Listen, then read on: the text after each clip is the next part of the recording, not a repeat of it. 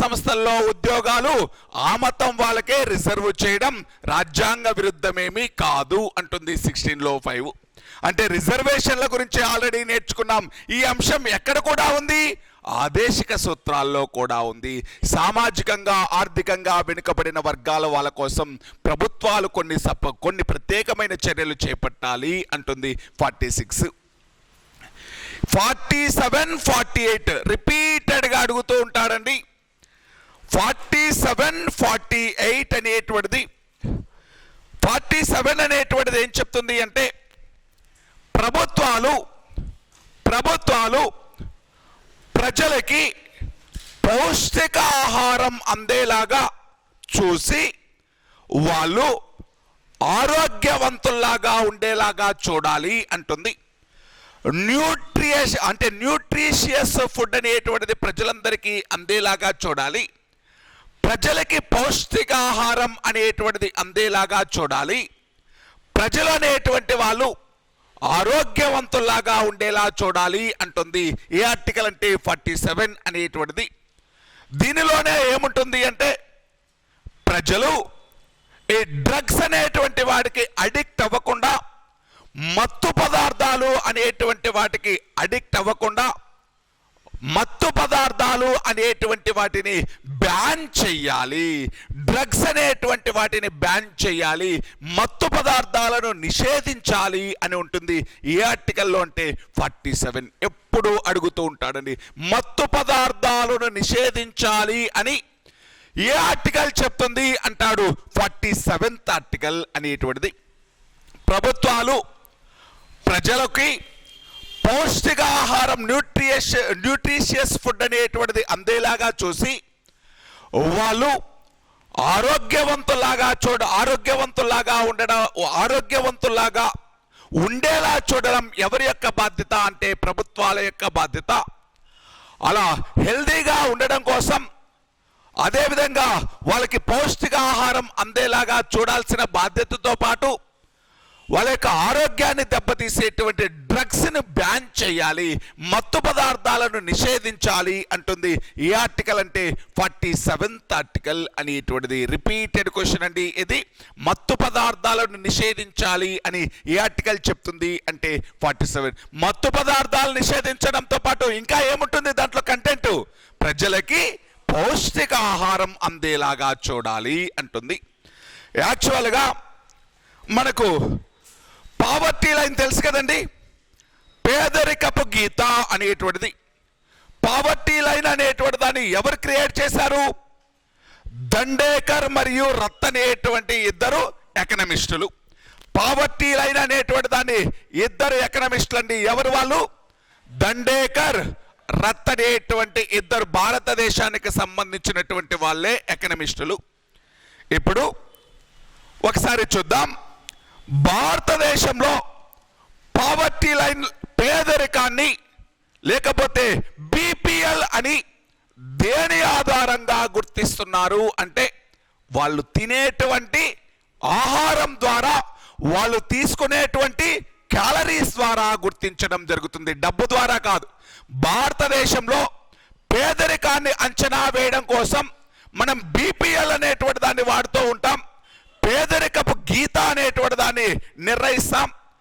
ఈ పేదరికపు గీత అనేటువంటి దాన్ని దేని ఆధారంగా గీస్తారు అంటే వాళ్ళు తీసుకునేటువంటి ఆహారం ద్వారా ఎన్ని క్యాలరీస్ ఫుడ్ తీసుకుంటున్నారు అనేటువంటి దాన్ని బట్టి, ఎన్ని క్యాలరీస్ ఫుడ్ అనేటువంటిది తీసుకుంటున్నారు అనేటువంటి దాన్ని బట్టి ఈ పేదరికపు గీత అనేటువంటి దాన్ని గీయడం జరుగుతుంది. ఎన్ని క్యాలరీస్ అంటే గ్రామాలలో 2400 క్యాలరీస్, పట్టణాలలో 2100 క్యాలరీస్ అనేటువంటివి. విలేజెస్లో అయితే 2400 క్యాలరీస్ అనేటువంటి ఆహారం, అదే అర్బన్ లిమిట్స్లో అయితే, పట్టణాల్లో అయితే 2100 క్యాలరీస్ అనేటువంటిది. అంటే తీసుకునేటువంటి ఫుడ్లో ఎన్ని క్యాలరీస్ రావాలి అంటే 2400 క్యాలరీస్ అనేటువంటివి ఉండాలి. గ్రామాలలో అయితే వాళ్ళు ఎక్కువ పని చేస్తారు కాబట్టి ఎక్కువ క్యాలరీస్ ఉన్న ఆహారం తీసుకోవాలి. అదే అర్బన్లో అయితే 2100 క్యాలరీస్ అనేటువంటి దీనిని అంటే పేదరికపు గీతను నిర్ణయించేటప్పుడు, పేదరికపు గీతని నిర్ణయించేటప్పుడు బీపీఎల్ అని ఎవరిని పిలుస్తాము అంటే, బీపీఎల్ అని ఎవరిని పిలుస్తాము అంటే, ఎవరైతే గ్రామాలలో ఉండే ప్రజలు 2400 క్యాలరీస్ కంటే కూడా తక్కువ క్యాలరీస్ ఆహారం తీసుకుంటూ ఉంటారో వాళ్ళని బీపీఎల్ అంటాం.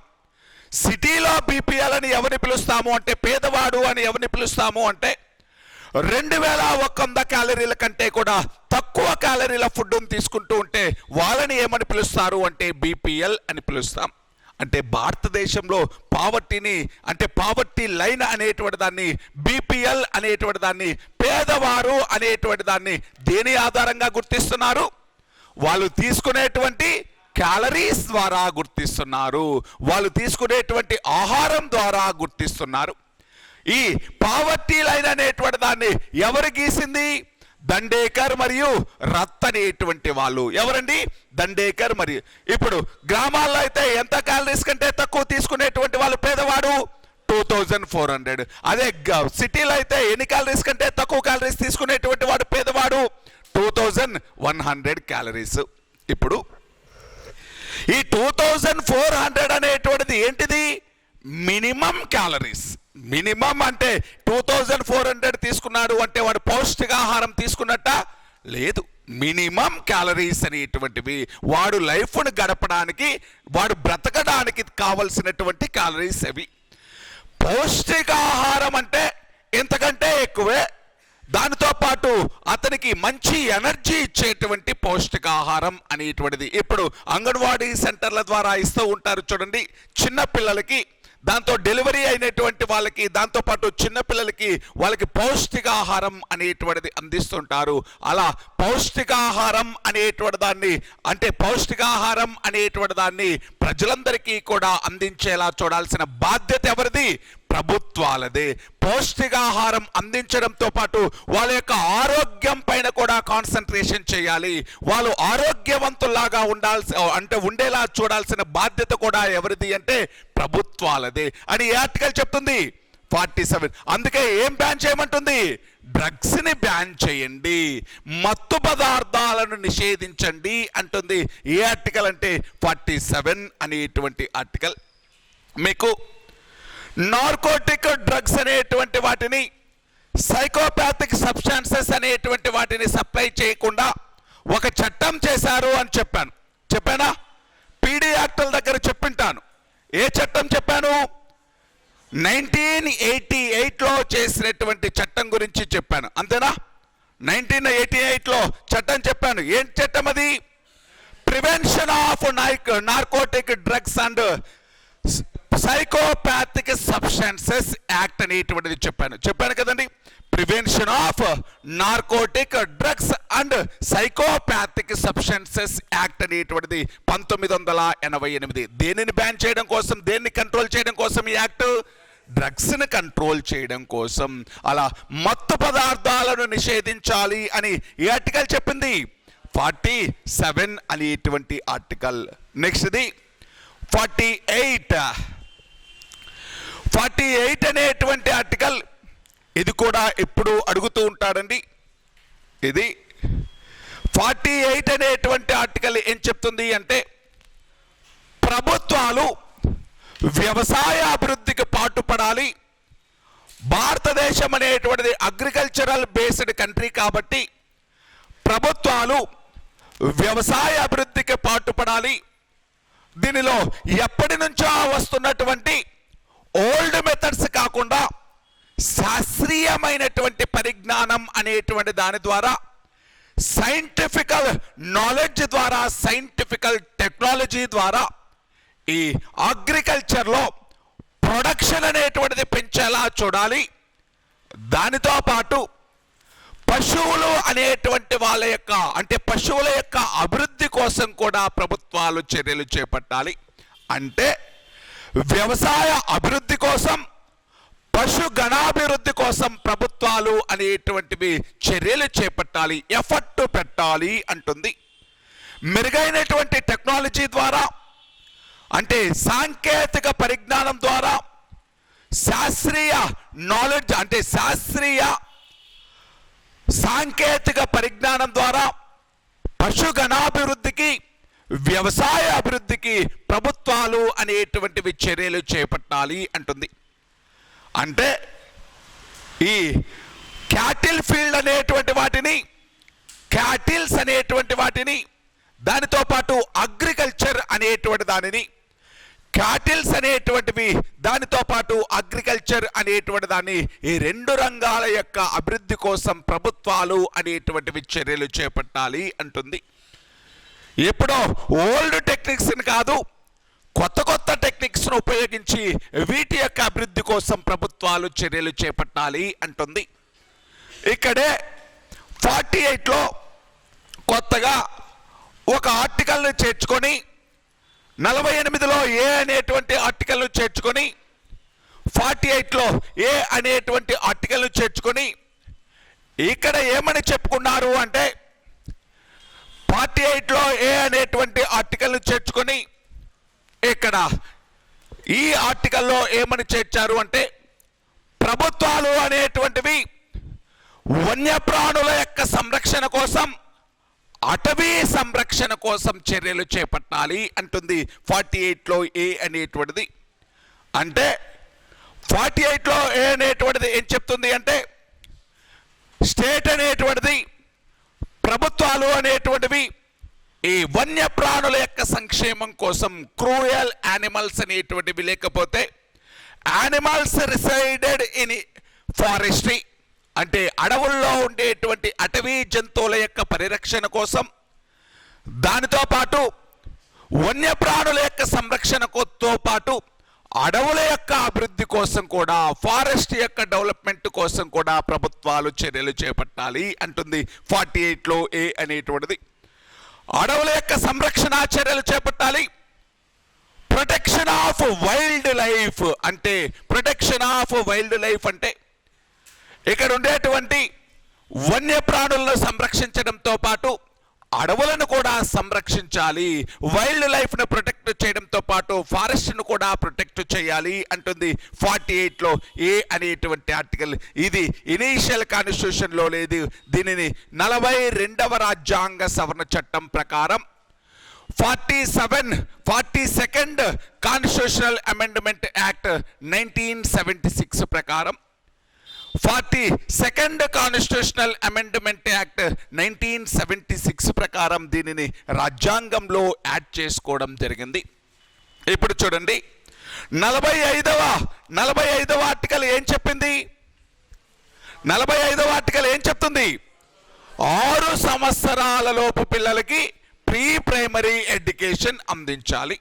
46వ ఆర్టికల్ 46th ఆర్టికల్ ఏం చెప్పింది? ప్రజల అంటే వెనుకబడినటువంటి వర్గాలు, సామాజికంగా ఆర్థికంగా వెనుకబడిన వర్గాల కోసం ప్రభుత్వాలు కొన్ని స్పెషల్ ప్రొవిజన్స్ అనేటువంటివి చేయాలి. 47 ఏం చెప్పింది? న్యూట్రిషియస్ ఫుడ్ని సప్లై చేయాలి ప్రజలకి. దానితో పాటు డ్రగ్స్ని బ్యాన్ చేయాలి, మత్తు పదార్థాలను నిషేధించాలి. 48 ఏం చెప్పింది? 48 వ్యవసాయ అభివృద్ధి కోసం, పశువుల యొక్క అభివృద్ధి కోసం ప్రభుత్వాలు అనేటువంటివి శాస్త్రీయ సాంకేతిక పరిజ్ఞానాన్ని ఉపయోగించాలి. 48లో ఏ అనేటువంటి ఆర్టికల్ ఏం చెప్పింది? ప్రొటెక్షన్ ఆఫ్ వైల్డ్ లైఫ్ అంటే వన్యప్రాణులను సంరక్షించాలి, దానితో పాటు అడవులను సంరక్షించాలి అంటుంది 48లో ఏ అనేటువంటి ఆర్టికల్. ఇది ఇనీషియల్ కాన్స్టిట్యూషన్లో లేదు. 42వ రాజ్యాంగ సవరణ చట్టం 1976 ప్రకారం, 42వ రాజ్యాంగ సవరణ చట్టం 1976 ప్రకారం కాన్స్టిట్యూషన్లో చేర్చుకోవడం జరిగింది. ఈ రెండు అండి 47, 48 రిపీటెడ్గా అడిగేటువంటి క్వశ్చన్స్. ఆ ఆర్టికల్స్లో ఉండేటువంటి కంటెంట్ను బాగా నేర్చుకోవాలి. నెక్స్ట్ 49th ఆర్టికల్ అనేటువంటిది, 49 అనేటువంటిది ఏం చెప్తుంది అంటే protection of monumental sites and heritage అంటే protection of heritage and monumental sites అంటే ప్రభుత్వాలు చారిత్రక వారసత్వ సంపదను పరిరక్షించాలి అంటుంది. ప్రభుత్వాలు చారిత్రక వారసత్వ సంపదను పరిరక్షించాలి. Protection of heritage and monumental sites అంటే చారిత్రక వారసత్వ సంపదను పరిరక్షించాలి. అంటే భారతదేశం యొక్క చరిత్రను రక్షించాలి. భారతదేశం అంటే అప్పటి వాళ్ళు మనకిచ్చినటువంటి వారసత్వాన్ని రక్షించాలి. అంటే చారిత్రక కట్టడాలను పరిరక్షించాలి అనేటువంటి విషయం ఇక్కడే ఉంటుంది. అంటే మనకు మన యొక్క ఫోర్ ఫాదర్స్ గురించి, మన యొక్క అంతకుముందు ఉన్నటువంటి వాళ్ళ గురించి ఎలా తెలుస్తుంది అంటే వాళ్ళ కాలంలో రాసినటువంటి బుక్స్ కావచ్చు, లేకపోతే వాళ్ళ కాలంలో నిర్మించినటువంటి కన్స్ట్రక్షన్స్ కావచ్చు, అది మనకి ఇచ్చినటువంటి ఆస్తి, వాళ్ళు మన యొక్క అంతకుముందు ఉన్నటువంటి మన ముందు తరం వాళ్ళు మనకిచ్చినటువంటి ఆస్తి అది.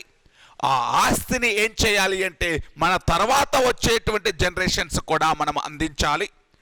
అంతేగాని వాళ్ళు అప్పుడేదో కన్స్ట్రక్షన్స్ అన్నీ చేశారు అని చెప్పేసి వాటిని మనం డిమాలిష్ చేసేస్తే ఆ చరిత్ర అనేటువంటిది తర్వాత తరాల వాళ్ళకి, నెక్స్ట్ జనరేషన్స్ వాళ్ళకి తెలియదు. కాబట్టి ఆ చరిత్రను నెక్స్ట్ జనరేషన్స్కి ఇవ్వాల్సినటువంటి బాధ్యత ప్రభుత్వాలదే.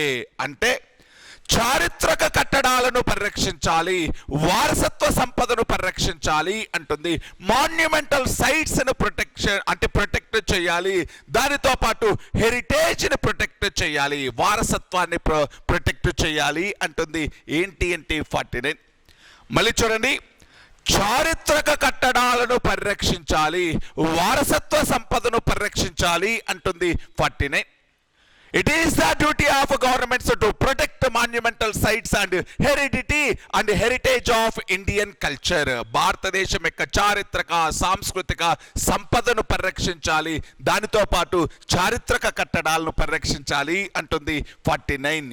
ఎవరిది? ఎవరిని ఆదేశిస్తున్నారు?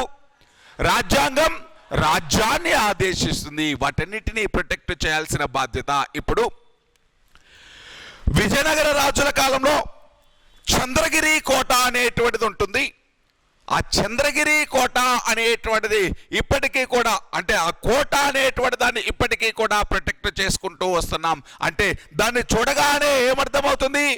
అప్పట్లో మన యొక్క పూర్వీకుల కాలంలో ఇలా కోటలు కట్టే వాళ్ళు, వాళ్ళ కోసం ఇటువంటి ఫెసిలిటీస్ ఉండేవి. మనకు ఆ కాలంలోనే ఇటువంటి పెద్ద పెద్ద నిర్మాణాలు చేశారు అంటే మనకు ఒక ఘనమైనటువంటి వారసత్వం ఉంది. మన యొక్క ఫోర్ ఫాదర్స్ అనేటువంటి వాళ్ళు చాలా గొప్ప వాళ్ళు అనేటువంటి విషయం తెలుస్తుంది. దానితో పాటు చంద్రగిరి కోటలే కాదు, చాలా రకాలైనటువంటి, అంటే ఏ తాజ్ మహల్ కానీ లేకపోతే చార్మినార్ కానీ, ఇటువంటివన్నీ కూడా చారిత్రక కట్టడాలు, హిస్టారికల్ మాన్యుమెంటల్ సైట్స్ అని, అవన్నీ కూడా పరిరక్షించాల్సినటువంటి బాధ్యత, తర్వాత తరాలకు అందివ్వాల్సినటువంటి బాధ్యత ప్రభుత్వాలదే అంటుంది. ఏ ఆర్టికల్ అంటే 49 అనేటువంటిది. నెక్స్ట్ ఇది 50 ఆర్టికల్. 50వ ఆర్టికల్ ఏం చెప్తుంది అంటే 50 ఆర్టికల్ ఏం చెప్తుంది అంటే కేంద్ర కార్యనిర్వాహక శాఖ నుండి న్యాయ శాఖను వేరు చేయాలి అంటుంది. Separation of judicial body from executive body. అంటే కేంద్ర కార్యనిర్వాహక శాఖ నుండి, లేకపోతే కేంద్రం తీసేయండి, కార్యనిర్వాహక శాఖ నుండి న్యాయ శాఖను వేరు చేయాలి. కార్యనిర్వాహక శాఖ నుండి న్యాయ శాఖను వేరు చేయాలి అంటుంది.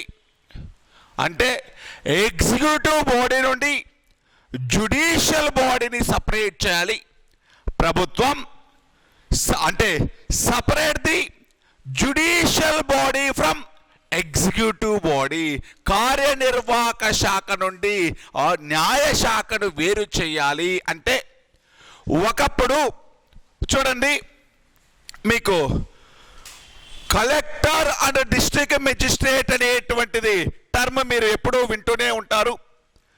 ఇప్పుడు కూడా కలెక్టర్ మరియు డిస్ట్రిక్ట్ మెజిస్ట్రేట్ అనేటువంటి విషయం మనకు ఎప్పుడైనా కూడా కలెక్టర్ కింద ఆ నేమ్ బోర్డు మీద ఉంటుంది. అంటే కలెక్టర్ మరియు డిస్ట్రిక్ట్ మెజిస్ట్రేట్ అంటే ఆయనకు ఏ ఏ పవర్స్ ఉన్నట్టు? అడ్మినిస్ట్రేటివ్ పవర్స్ ఉన్నట్టు, మెజిస్ట్రేట్ అంటే జుడిషియల్ పవర్స్ ఉన్నప్పుడు. ఇనీషియల్ డేస్లో రెండు ఉండేటివి ఆయనకి. అంటే మనకు ఎప్పుడైతే ఈ కలెక్టర్ సిస్టమ్ అనేటువంటి దాన్ని తీసుకొచ్చారో, ఎవరు తీసుకొచ్చారు? Warren Hasting. ఏ సంవత్సరం? 1772, 1772 సంవత్సరంలో కలెక్టర్ వ్యవస్థను ఇంట్రడ్యూస్ చేసినటువంటి వ్యక్తి వారన్ హేస్టింగ్. ఆ కలెక్టర్ వ్యవస్థ అనేటువంటిది ఇనీషియల్ డేస్లో పరిపాలనాపరమైనటువంటి డ్యూటీ చూడడంతో పాటు అది కోర్టులకు ఉండేటువంటి డ్యూటీస్ కూడా దానికి ఉండేది, శిక్షలు అనేటువంటివి కూడా ఫైనలైజ్ చేస్తూ ఉండేది కలెక్టర్ సిస్టమ్. కాకపోతే ఈ కలెక్టర్లు అనేటువంటి వాళ్ళకి రెండు రకాలైనటువంటి డ్యూటీస్ ఉండడంతో వీళ్ళకి ఈ న్యాయపరమైనటువంటి నాలెడ్జ్ లేకపోయినా, వీళ్ళకి జ్యుడిషియరీ నాలెడ్జ్ అనేటువంటిది లేకపోయినా, వీళ్ళు పనిష్మెంట్లు అనేటువంటివి ఇవ్వడం వల్ల ఈ జ్యుడిషియరీ అనేటువంటిది అందరికీ ఒకేలాగా ఇంప్లిమెంట్ అవ్వట్లేదు. అందుకని ఈ అడ్మినిస్ట్రేషన్కి ఎడిషనల్గా ఉన్నటువంటి న్యాయ అధికారాలు అనేటువంటివి తొలగించండి. అంటే ఈ కార్యనిర్వాహకులకు ఉన్నటువంటి న్యాయ అధికారాన్ని తొలగించండి. ఎగ్జిక్యూటివ్ బాడీ నుంచి జ్యుడిషియరీ బాడీని సపరేట్ చేయండి. ఇటువంటి కలెక్టర్లు అనేటువంటి వాళ్ళకు రెండు రకాలైనటువంటి విధులు ఉండకూడదు, ఏదో ఒక రకమైనటువంటి విధే ఉండాలి. వీళ్ళు పరిపాలనలో ఎక్స్పర్ట్ కాబట్టి వీళ్ళకి అడ్మినిస్ట్రేషన్లో పవర్స్ ఇవ్వండి. వీళ్ళకి జ్యుడిషియరీ మీద నాలెడ్జ్ లేదు కాబట్టి జ్యుడిషియరీ కోసం ప్రత్యేకంగా కొంతమందిని అపాయింట్ చేయండి అని చెప్పడం జరిగింది. ఏ ఆర్టికల్ అంటే 50. అందుకే భారతదేశంలో 1973 సంవత్సరంలో ఈ ఎగ్జిక్యూటివ్ బాడీని, జ్యుడిషియల్ బాడీని సపరేట్ చేయడం జరిగింది. కార్యనిర్వాహక శాఖ నుండి న్యాయ శాఖను వేరు చేయడం జరిగింది. ఏ సంవత్సరము అంటే 1973లో. ఎగ్జిక్యూటివ్ బాడీ నుంచి జ్యుడిషియరీ బాడీ అనేటువంటి దాన్ని వేరు చేయడం జరిగింది. ఎగ్జిక్యూటివ్ బాడీ నుంచి జ్యుడిషియరీ బాడీ అనేటువంటి దాన్ని ఏ సంవత్సరం సపరేట్ చేశారు అంటే 1973. ఇప్పుడు జిల్లా యొక్క న్యాయమూర్తి అనగానే మనకు